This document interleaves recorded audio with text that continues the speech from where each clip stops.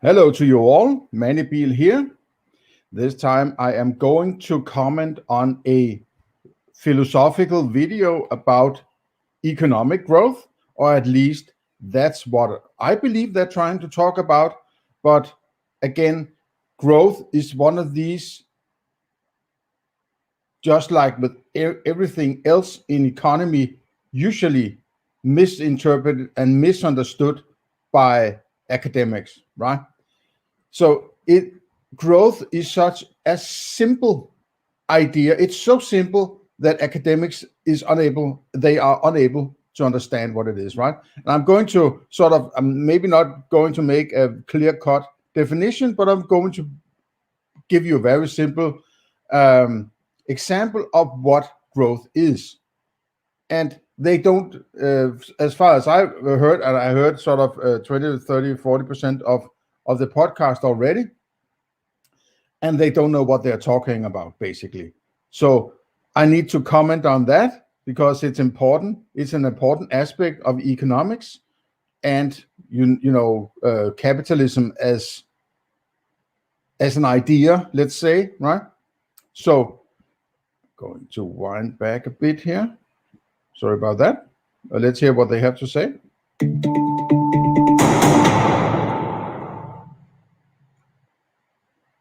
Hello and welcome to the Beyond Us series by the Institute of Art and Ideas. My name is Bernardo Kastrup. And my name is Fred Potzer. In this series, we are exploring 4 concepts that underpin and define the modern world: knowledge, competition, language, and growth. And in each episode, we're joined by a leading thinker to help us, and hopefully you, see each concept in a new light. This is the 4th episode of the series, and today we are discussing growth. The concept has come to play a key role in almost everything we consider important and desirable, from business and economics to psychology and happiness. But this concept has ancient roots that differ considerably. Already there, it's clearly that they are equivocating the term growth, because growth in economics is not the same as growth in your personal development, or whatever you want to call it, right? Why conflating? Why equivocate these terms? What is equivocating? You're using the same term for different aspects or different philosophies. Completely separate. They have nothing to do with each other. Growing up is not the same as growing a business. It isn't the same. They have nothing to do with each other, right? Nothing. Why are you conflating these ideas? Is it because you don't understand what it is? Right?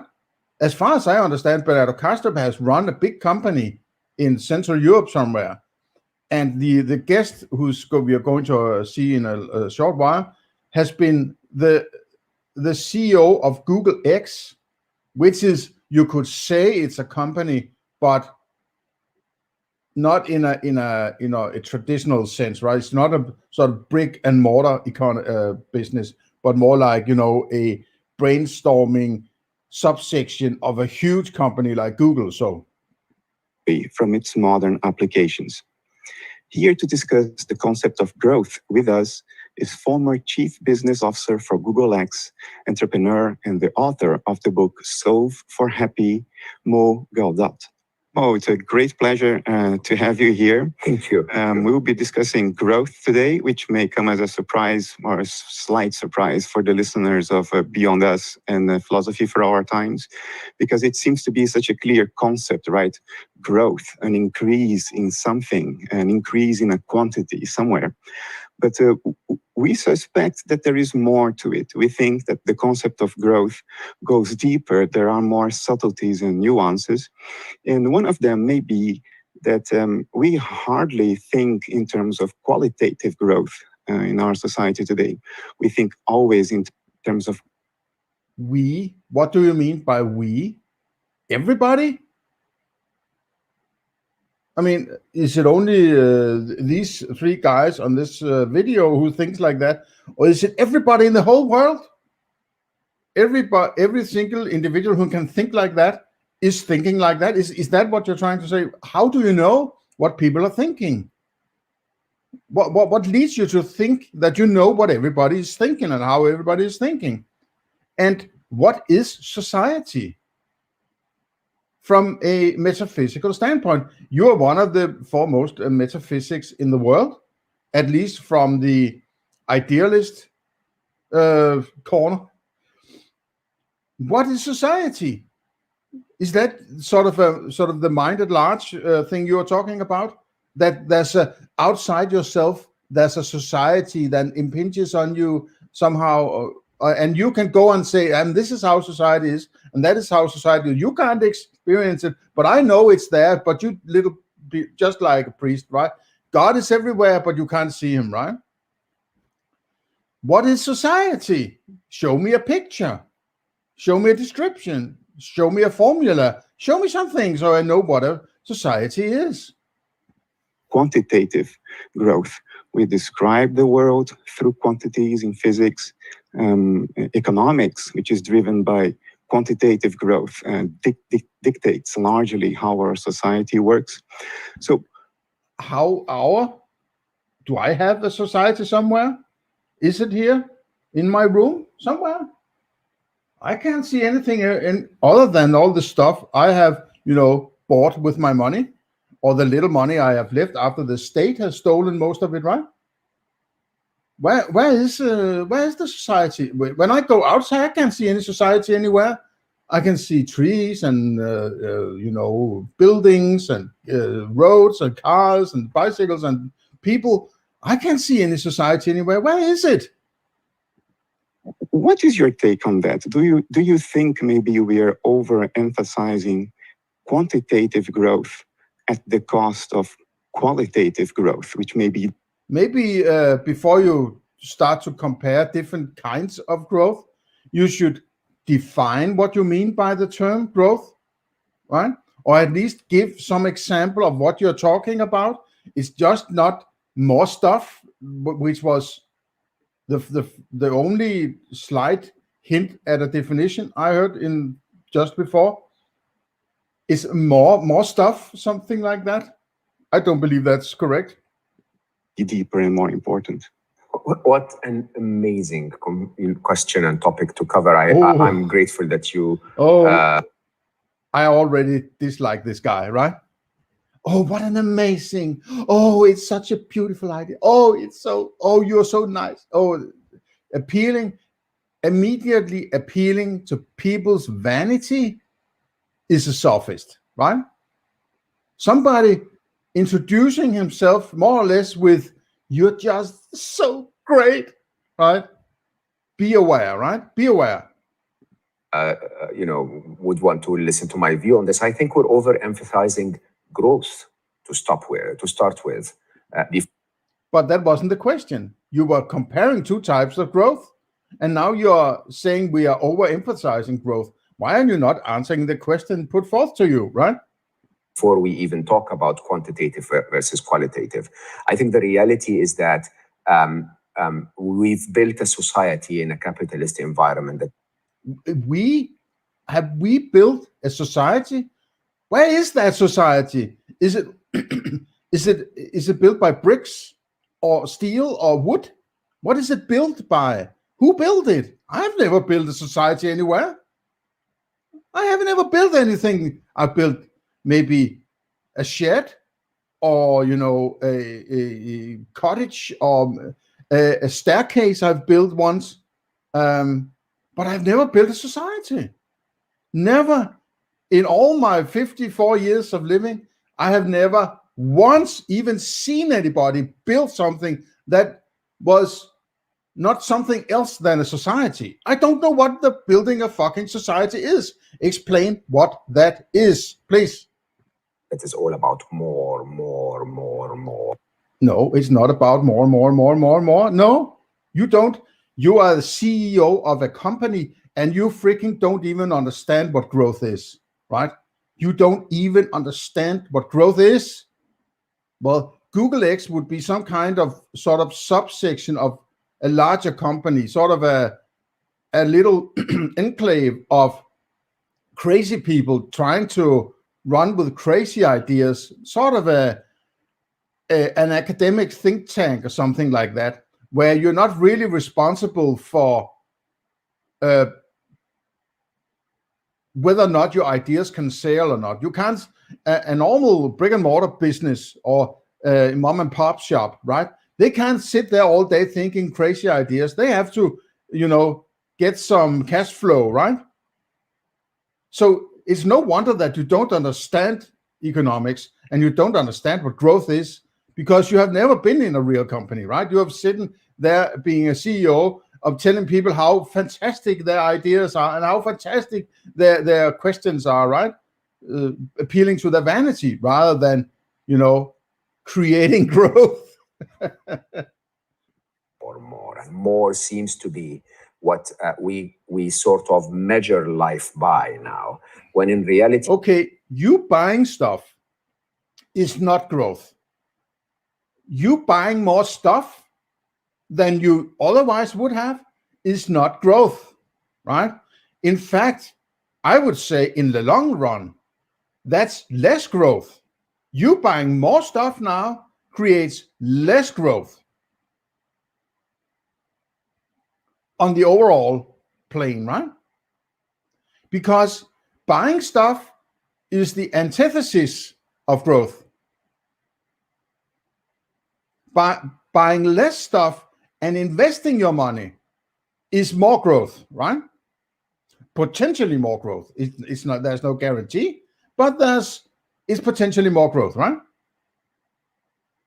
Saving your money creates growth. Spending your money reduces growth on a longer playing field, right? So you have no clue what you're talking about.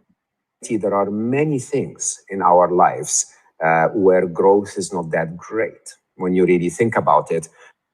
But why do you care? Why do you care whether or not somebody else's growth is not great? Why are your opinion about other people's business growth interesting? Who do you think you are, going around and telling people that their growth is not that good? It's their business. It's none of your business. Literally, it's none of your business. Literally. It's a good term to use. It's none of your business, because it isn't your business. Stick to your own business. And if you don't want to grow your business, fine. Don't grow your business, right? If people successfully grow their business, it's because there was a market for an increase in that kind of stuff that they create, or whatever service they created, or whatever it is they created, right? About your early years in life when you were a child and happy and having the best time of your life, and then you grow. And, the more you grow, the grumpier you become, and the less, free you become, and the more out of flow you become. What? No, we're talking about childhood and growing up. Are you talking about growing up, being, going through puberty and teenage years and becoming a grown-up? And is that what? Why are you talking about that? That has nothing to do with growth. Or are we just switching back and forth between different kinds of understanding what the term growth is? How ridiculous, right?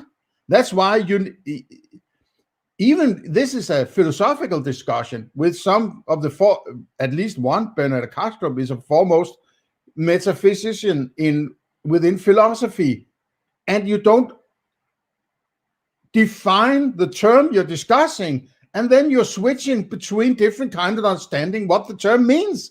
So what are you trying to confuse people, or are you trying to make people understand what you're talking about, really?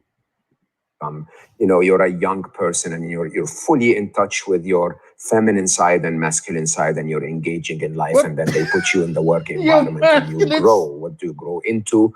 More and more of a masculine creature that is all about doing, all about achieving, all about analytics, and so on and so forth.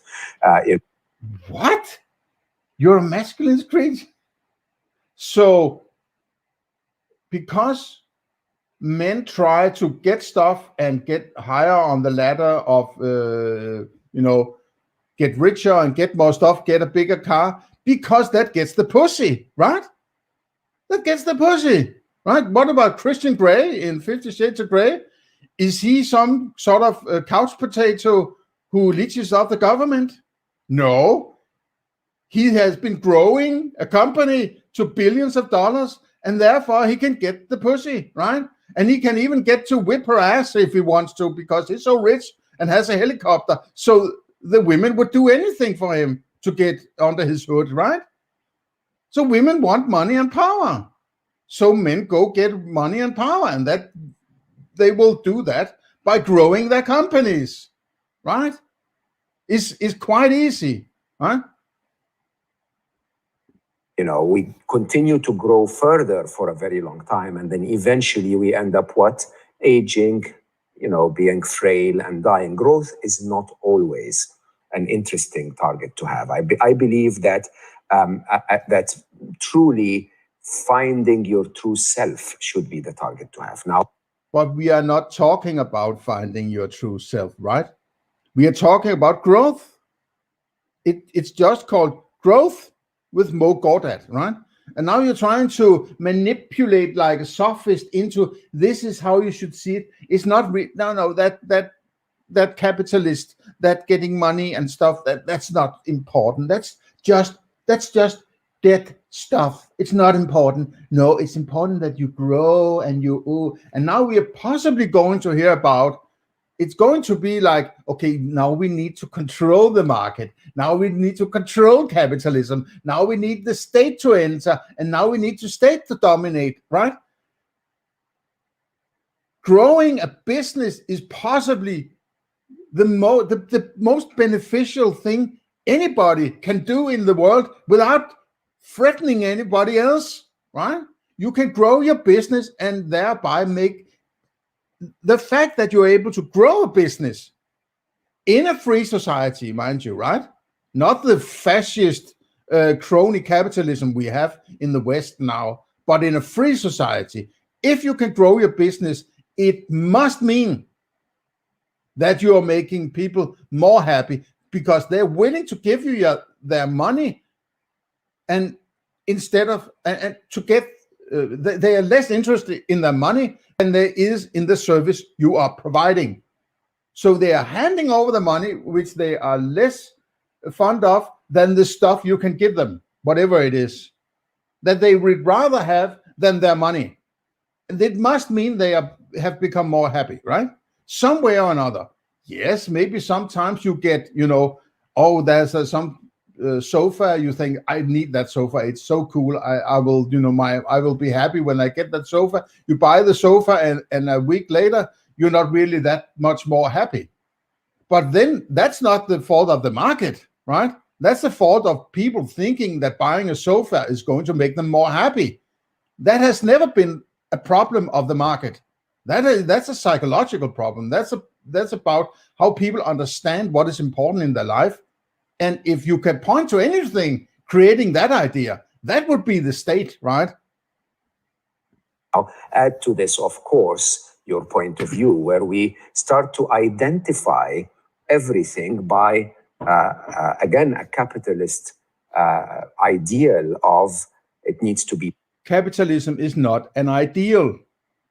Capitalism is not an ideology. Well, maybe for some people it is, but capitalism is something created by communism. Because communism need a devil to make sure that they can get what they want, right? They have to point to somebody else and say, they're the bad guys, so you need to have communism, right? So they have created this idea that capitalism is an ideology. And in Western economics, at least so far, the communism that is inherent in the government or whatever it is that works to control the system, government is always communism. It is about sticking guns in people's faces to do what they think in the government you should do, right? That's communism. It's like do what the masters tell you. But capitalism is what happens when people are free to trade with whomever they want, right? Without anybody else sticking their noses into what they do, right? Capitalism is what happens when people are free to trade however they want. That's capitalism. It's nothing else. It's not an ideology. It's not, it's not about being happy or, anything that it might result in more happiness. I am fully convinced that it does. I would rather spend my time on, think about how to spend my money than think about how would I get enough money to survive, right? The first one is sort of the capitalist system. The other one is the communist system, right? So, and excuse me for my mobile phone making noises. I have a So, capitalism is just what happens when people are free to trade whatever they want with whoever they want without anybody else participating or interfering with it, right? Why would you be against anybody trading anything? Why would you want to stick your nose into somebody else's trade unless you wanted somewhere or another to get some sort of benefit out of it, right? Because if it was a totally free society without any government telling anybody what to do at the point of a gun, everybody would have to give something to get something, right? And that's the point that most people want to destroy. They want to get something without having to give something, right? Academics, what are they? They are parasites on the working class, right? They know they don't want to work. They're becoming academics exactly because they don't want to work, right? Maybe they want to be a CEO or you're sitting some high up in the system of a company without any connection to the real goings on in the market. They're just sitting there being a CEO or whatever and telling people what to do, and they're not really participating in the market as if you were having a trading, having a mom and pop store selling muffins or something, right? Then you would be at the front end of the business to customer situation and feeling that you need to participate in a market, right? If you are the CEO of Google X, you don't know shit about the economics, right? You don't know any. In fact, it's so removed from basic some market principles and market ideas and market approaches than you can possibly get within the free market, I would say, right? And possibly Google X is not that free because Google is owned by those who own the central banks, I would think, right? So, and that's not a free market, right? Money should also be on the free market. There shouldn't be a monopoly on money. Of course there shouldn't be. Anybody should be able to make any kind of money. You can only get the best commodity if there is a competition for creating that commodity or creating something that is even better, right?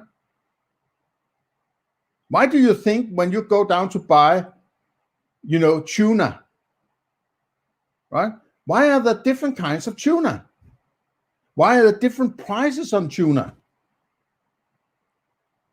Because there's a competition of getting the customer, right? So if there's no competition, those people who have a monopoly on creating tuna is not that interested in creating a good product because there's only them to produce it. And they don't care how much it costs because there's no competition, right?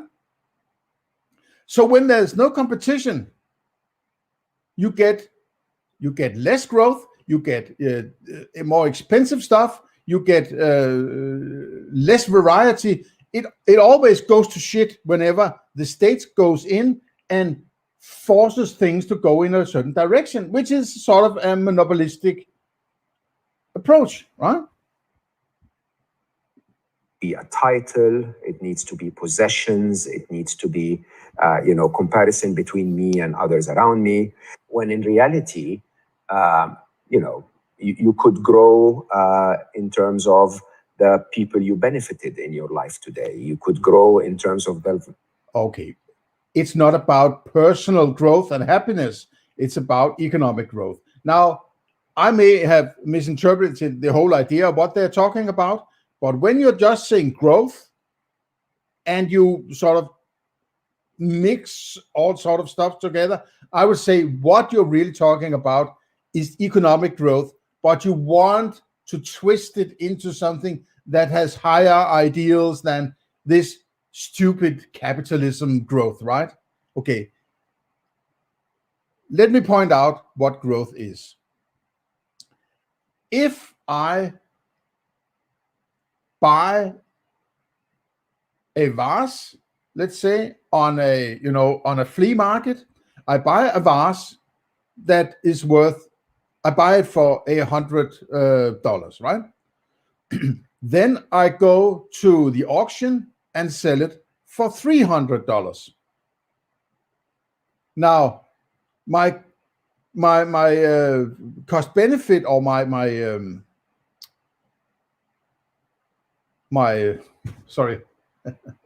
profit is if everything else is, we don't look at, I have to drive my car, or I have to do this, or I have some all sorts of other kinds of expenses to do this thing.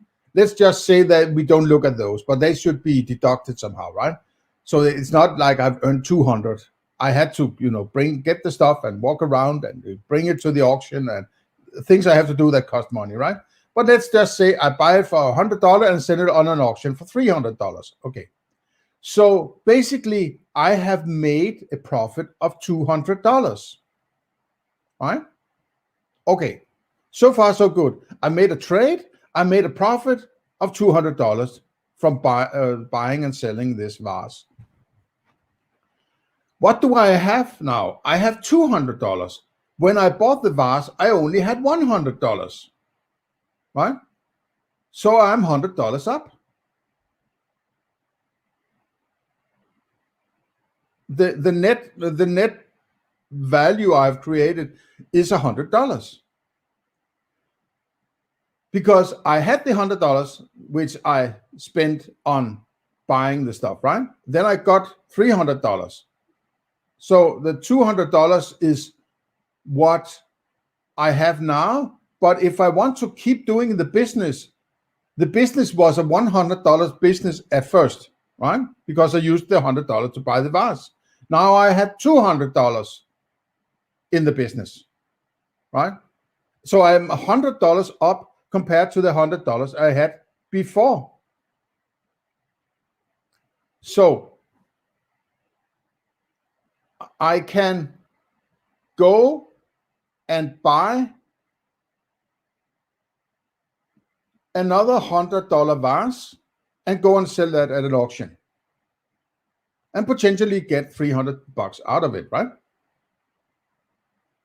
So I had $300 out of it from a $100 vase. So I made another profit. So I'm $100 up. In this situation, I saved the money, right? I saved the money that I was up. I was $100 up. I saved that money. I put that aside. So I still have the $100 and go and buy a new vase for, right? I sell that at $300 and some on the auction, and I'm $100 up. I saved another $100. Now I've saved $200, and I go do the same thing again. So in this case, it's still a $100 business. I used the $100 to create another $100. I used the $100 to create another $100, and so on, right? And maybe I made a calculation error here. If I make $300 out of a $100 business, I still have the $300. and I could use $200 to buy a new vase for the $300, right? So that was a miscalculation in my head. Sorry for that. But if I am putting that $200 aside and just spending the $100 to buy a new vase and sell that at an auction for $300, I have a $100 business that keeps creating $300 every time I make a turnaround, right? Or turnover. So that's a $100 business. But if I take some of that profit I had and I go buy a $150 or $200 or $300 vase, then I'm growing my business. I am putting more money into the turnover, right? I might be buying three vases at $100, or I have three vases each at $100, go sell them at the auction, and I get $900, right? Just fictitious numbers, right? So then I grew the business. Now it has become a $300 business, right? And if I take most of that money I had a profit from that auction and put into buying more vases, right? Then it becomes a $1,200 business and a $1,500 business and so on. And at some point, it's such a big business that I need to hire some people to help me doing this, right? I need to get a bigger car. I need to this and that and the other, right? That is growing a business. That is what it is when you grow a business. You take some of the profit to make a larger turnover in your business. That is growing a business. But you don't have to grow a business, right? Who the hell says you have to grow a business? If you have your $100, buy a vase, go to the auction, get the $300, eat pizza and red wine for $200, take the last $100, go buy a new vase, sell at an auction for $300, eat pizza and wine for $200, take the rest of the $100, go buy a new vase, and so on. You keep having a $100 business, and maybe you can run it on your own. Maybe that's what you want. You don't want to grow the business, because growing a business is more work. So you have to hire people, and people get sick, and machines and new cars that break down and whatever, right? Maybe you don't want to grow your fucking business. And who says you have to?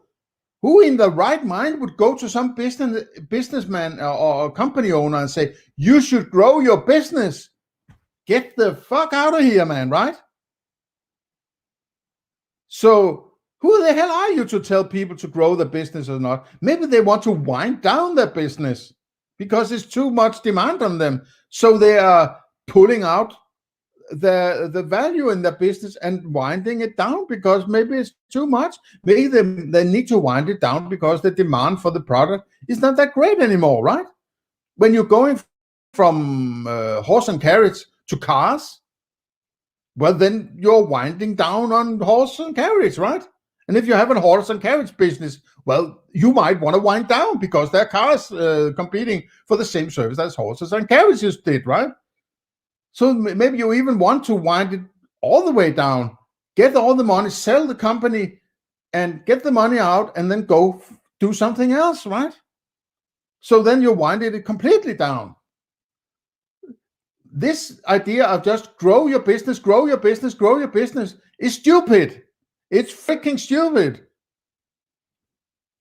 It should be as balanced as it can possibly be. And the only way things can be balanced is if everybody running a business are always the ones having the benefits and the costs from whatever it is they do, right? If they can get the benefits but lease out the cost to somebody else, well, then they are less sensitive to whatever mechanisms is in the market that should function as a signal to whether or not they should grow or diminish their business. Okay, let's see. Love you've given to others today. You could grow in terms of your understanding of yourself today. And none of that is actually measured as a qualifier of growth. When you think about it, I spent maybe 25 years of my life in corporate America, have done really, really well. In my last job as the chief business officer of Google X, I've achieved quite a lot. In the previous job before that, I've, expanded Google to 4 billion more users and, made a lot of money. And then, in my personal story, when my son left our world and I assigned myself the target of 1 billion happy, the mission statement openly between us as a team in 1 billion happy is, if by the end of my life, I've spent every dollar I've ever earned on making 1 billion people happy, and we've achieved that amazing target, and then, we became completely forgotten. We've managed to, galvanize 1 million champions to champion 1 billion happy, and we became completely forgotten. Isn't that an amazing life? Isn't that true growth? Not just for me, but for the world around me. Thank you, Bo. I think it is very, very heavy on anybody to lose a child. I lost my brother. I empathize with having a hard time because you lose a dear one. But what does that have to do with growth? Okay? What does it have to do with growth? Right? I mean, what are you talking about? Brother, when he was 21, related to suicide, still not known why. But here also is growth. And when I ponder about growth, I see on one side, around us, we see nature. We, as humans, are one of the billions of expressions of life, but there are so many other expressions that grow, decay, and die as we do. And then indeed, we see, as Bernardo put the question right, we associate growth. Basically, we hijack the word growth while we mean to increase. And we try to increase stuff that we take away from nature and don't see the effects of that taking away. We take away from nature? What? Growing a business doesn't necessarily mean you take something away from nature. Well, what is that? When you eat something, you take that away from nature. When you eat, a chicken or a vegetarian dish, you take something away from nature, right? You eat a tomato, you eat a cucumber, you eat bread or whatever, then you take that stuff away from nature, but you put something out again and maybe it will fertilize the ground, but you do take something away from nature. You have to, right? You have to. I mean, this kind of woo-woo kind of, oh, I'm so sensitive to the world, all this bad capitalism is only about making money and increasing profits. It's so bad. I don't like that. I want to be an academic who can sit here and virtue signal, be such a nice person, right? Way and making it in combinations that we like and we use. So how do you compare the natural world to a human attitude that abuses the growth and instead takes increase for growth?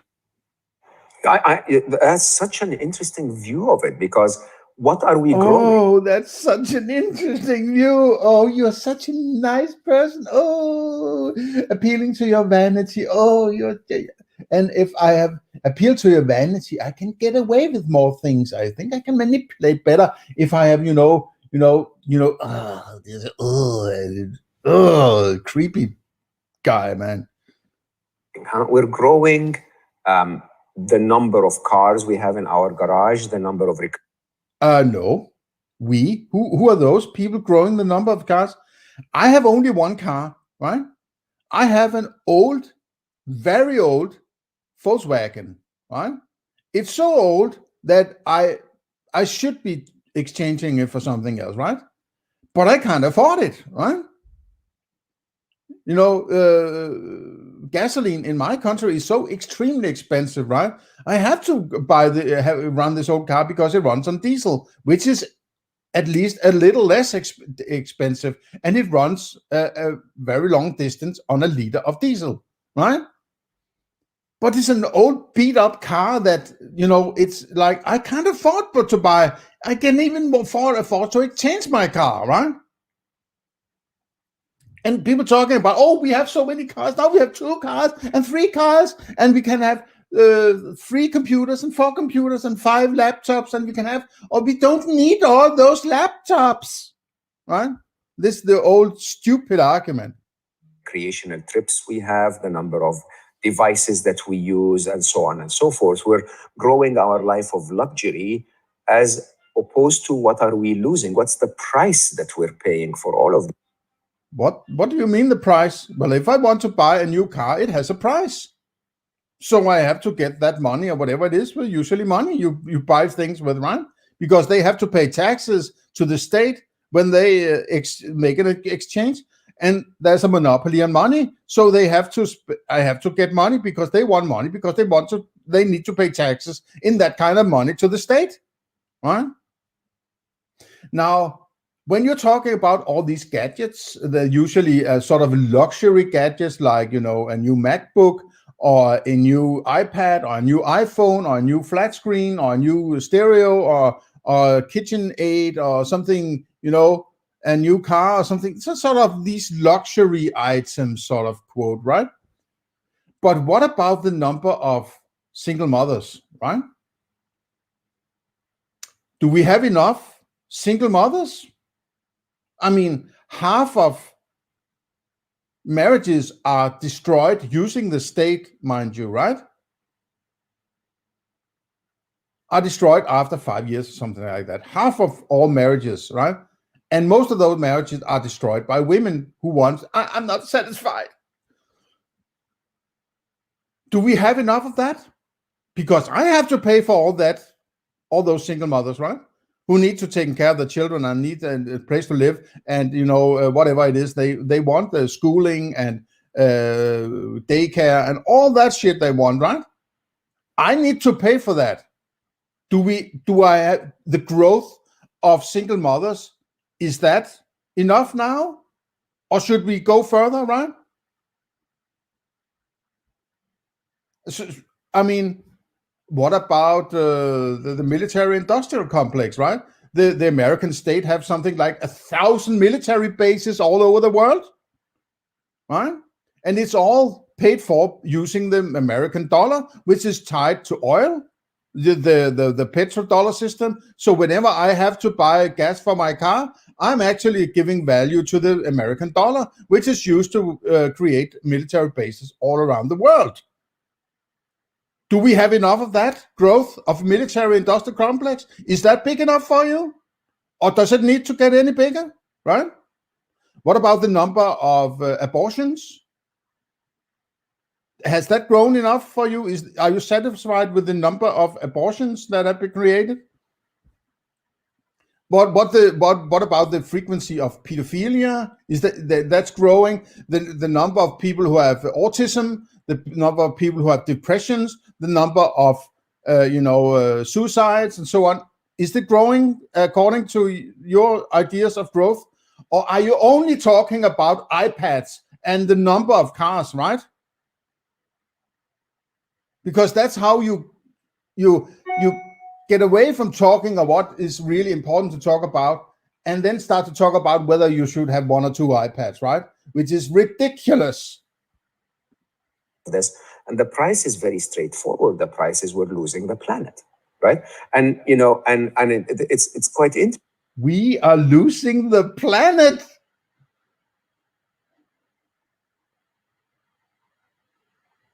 It is actually incredible. These freaking academics, they can only see the problem somewhere else than the system that they want, right? They can only see a problem where there is freedom. Freedom is always a problem because people will do whatever they want, and they will always do something that you don't like, right? So they need to be controlled, right? They need to have that fucking gun to their face to be controlled so they don't destroy everything that you love, right? But you might want to think about having 100 years with a growing welfare state and state controlling basically everything under the sun, right? And none of these problems have been solved. And the only problem you can see is whether or not people have an extra iPad or not, right? Is that really the limit of your insight into what is going on? Interesting, because if we told everyone, by the way, for every gallon of fuel that you use, we're going to tax you a day of your life at the end. People will start to think, oh, interesting. So if I was supposed to live 70 years and I... Okay, explain what a tax is. Mind you, would you please explain what a tax is? Is it, give me your fucking money or I'll shoot you in the head, right? Is that what you're talking about? Is that society? Now we are as a taxation is like, oh, it's just like, you know, I'm asking you to give me some money. It's just asking nicely. It's not on the free market because then it's called a trade. So taxation can't be a trade. Otherwise, it would just be a part of the free market. So now you want to bring in the guns of the state and say, you should pay for this. You should give me some money because you make a transaction or I'll shoot you, right? And if you don't understand that is what's going on, you should do some more thinking, I think. I used 365 gallons. I will, you know, live 69 years only. That's an interesting thing to think about.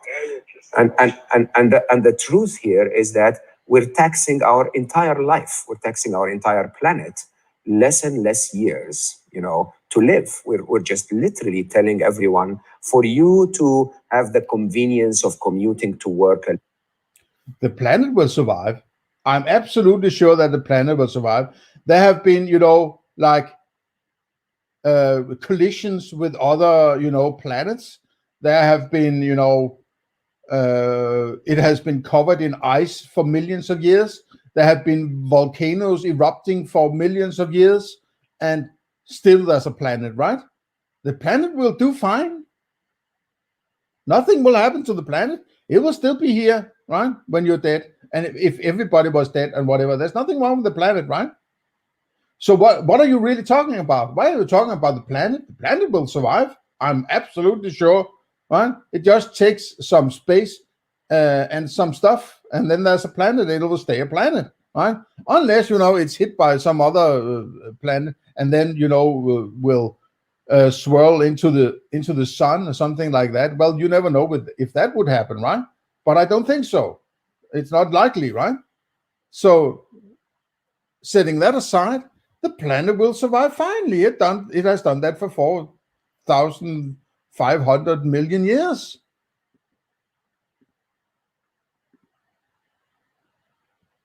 Hi, everyone. This is... Damn. It's very easy to improve upon us, and I don't think there's very much that we can do that computers will not eventually be programmed that wasn't to do. Supposed to happen. Yeah, I broadly agree.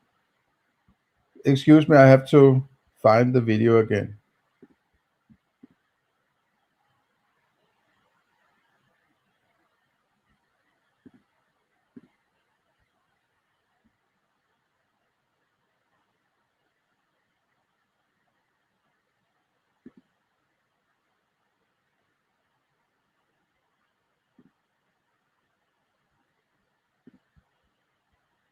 Work alone and have the luxury of flying over to the Maldives and burning tons of fuel because your beach that is, you know, 10 kilometers or 100 kilometers away is not good enough. Yeah, I think it's because nobody's really thinking about what are we growing and what are we losing, in result as a result of that. It's simply like telling a bodybuilder, go to the gym and grow your muscles massively by using steroids or whatever, but understand that 3 years from now or 7 years from now, you're going to be fat and rounded and you're not going to be able to keep it going, right? And it's interesting because, yes, we want to grow, but shouldn't we grow what actually matters? I mean, on my podcast on Slow-Mo, I hosted the host of a very famous Netflix documentary called Connected.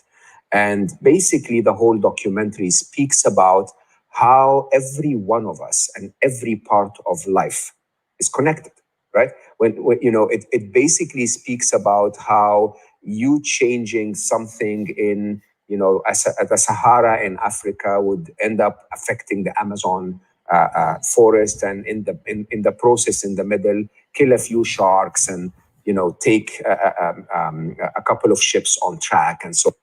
So if you come in and change something, they will always change something else somewhere else, right? Butterfly effect. So, but what you are indicating that when there's freedom and people put their own money on the line, they will sort of make everything, spiral out of control, and the planet will die and everybody will die. But if these special technocrats and, government academics, they take over, they will make the right decision because they're wise, right? They won't think about their own. No. They won't be selfish or anything like that. Like in the capitalist market. Oh, no. We can't have that. No. We have to have the technocrats and the academics have to control the little people. Otherwise, they will destroy themselves. So on and so forth. And I think the challenge with humanity is that we don't see it that way. We see it as, hey, I want to drive another 1,000 kilometers. And I think what we're doing is we're shrinking. We're not growing. We're literally killing our planet. When I was a kid in the late 70s and early 80s, more in the beginning of the computer and automation revolution, there was a lot of talk in the media about automation reducing our workload. I know that Bernardo Kastrup has been working in CERN, CERN, in that large hadron collider down in Switzerland or Italy or whatever it is. And the amount of resources wasted on bullshit like that is astounding, right? All the families and bullshit that has been, their life has been reduced in quality because they have to pay for some stupid academics throwing atoms at each other and finding little particles here that nobody gives a shit about, right?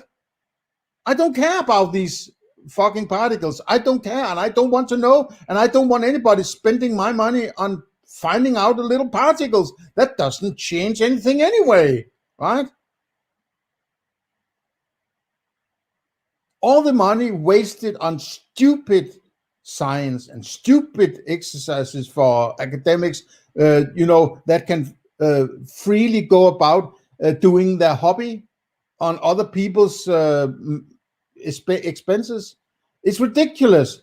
But no. That's the higher goal of life, and the higher goal of finding out the truth of the universe and the mind at large. And it's such a great idea. Oh yeah, it appeals to academics and so on. And the little people have to pay, of course, right?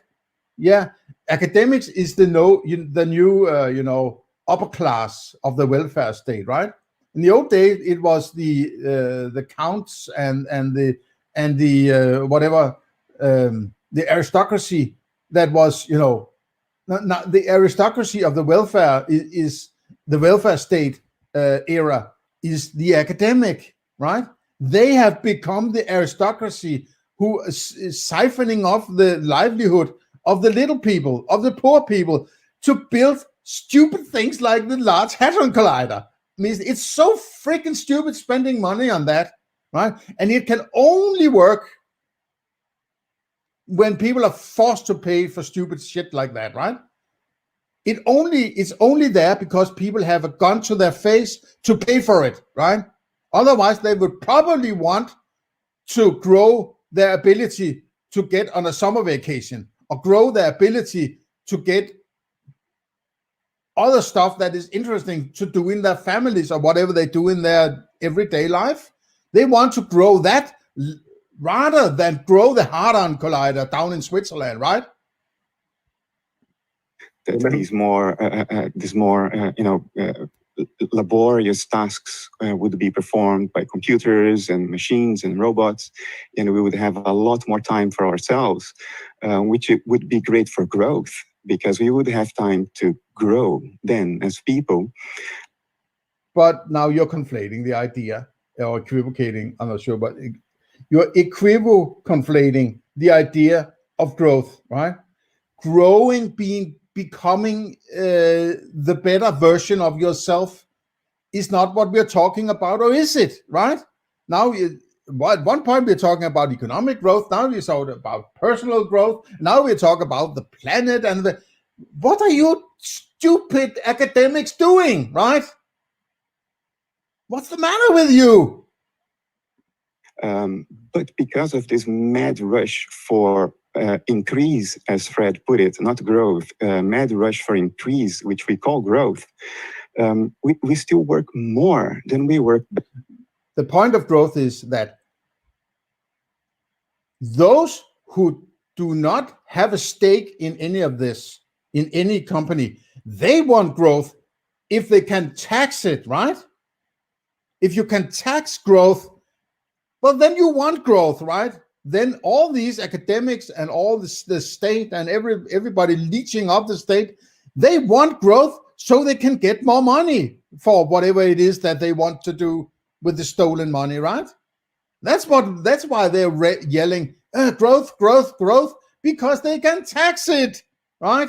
They don't care whether or not the companies go down on, having to grow or whatever, right?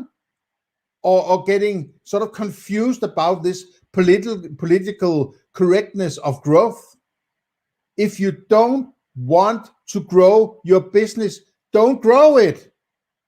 Let it stay as it is, or even wind it down if you want, you need to, right?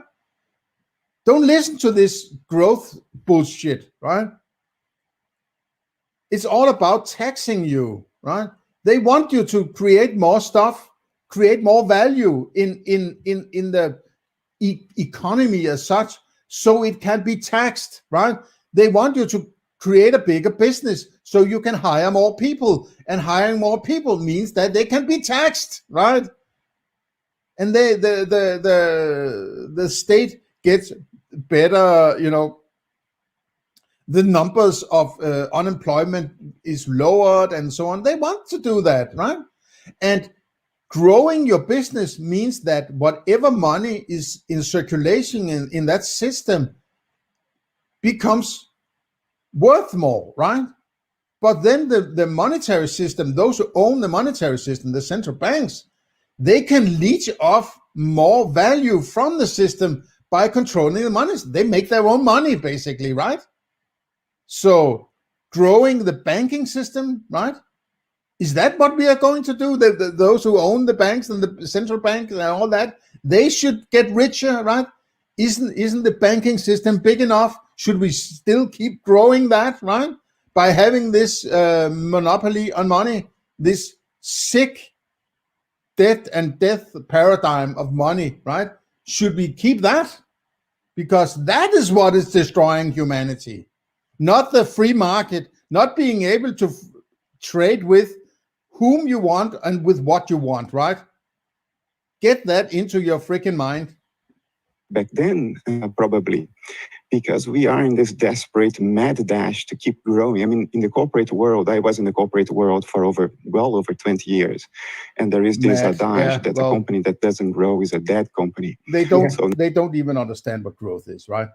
Okay, I think I've done enough, because it will just be more of the same. And I've enlightened you about what is going on in this video. And please go and listen to the rest of it if you want and to get deeper insight into what these people are talking about. So I think I've made my case. Have a nice day. See you next time.